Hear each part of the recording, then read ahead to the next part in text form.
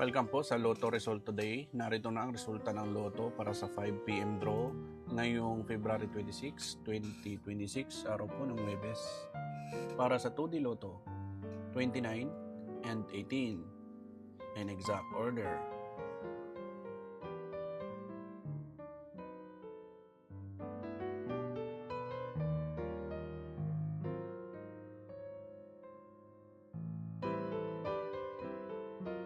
Para naman po sa resulta ng 3D Lotto, 8, 5, and 4 in exact order.